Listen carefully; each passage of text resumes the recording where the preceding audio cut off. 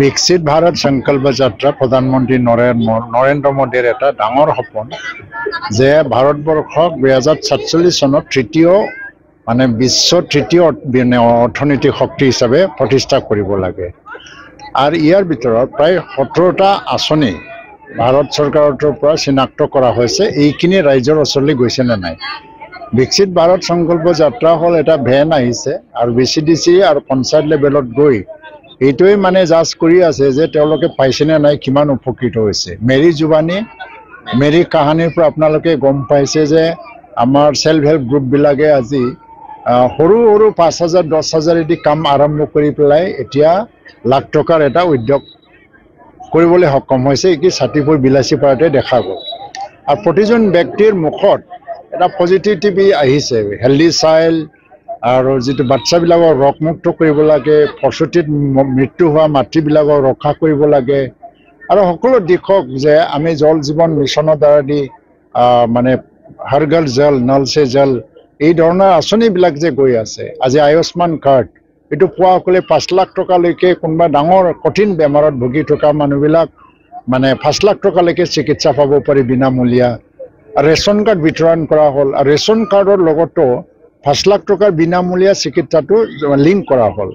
তেনেকুৱা আঁচনিটো কেতিয়াও হোৱা নাছিল। অমৃতকালত আৰম্ভ হ'ল আৰু 2047 চনত অমৃতকাল শেষ হ'ব, 100 বছৰ সম্পূৰ্ণ হৈ যাব।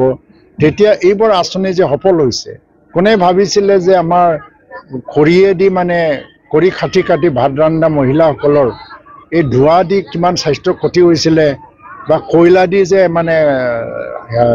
ভাত ৰান্ধিছিলে বা কিবা খানা বস্তু ৰান্ধিছিলে, স্বাস্থ্যৰ কাৰণে কিমান ক্ষতিকাৰক আছিল। এইবিলাক ভাবি পেলাই আজি উজ্জ্বলা যোজনা 100% চিলিণ্ডাৰ গেছ কানেকশ্যন, আৰু আজি দেখা গ'ল যে আজি প্ৰতিটো ঘৰত শৌচালয়। কোনে ভাবিছিলে?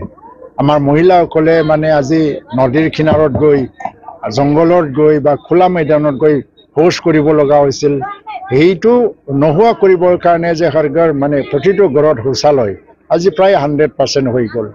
গৃহহীন মানুহৰ সংখ্যা কমি যাব লাগে, এতিয়া নায়েই প্ৰায়। আৰু আজি ভাৰতবৰ্ষত মুঠ 13 কোটি যিবিলাক BPL ফেমিলিৰ পৰিয়াল আছিল, তেওঁলোকে 13 কোটিমান প্ৰায় BPLৰ পৰা APLত গুচি গ'ল, ওপৰত গুচি গ'ল। আৰু অসম চৰকাৰে অৰুণোদয়ৰ দৰে এটা যুগান্তকাৰী আঁচনি কৰিছে যে দুখীয়া মহিলাক সহায় কৰা। সেল্ফ হেল্প গ্ৰুপবিলাকক 10,000কৈ টকা দিয়াৰ এটা আঁচনি কৰিছে গ্ৰুপৰ মেম্বাৰসকলক।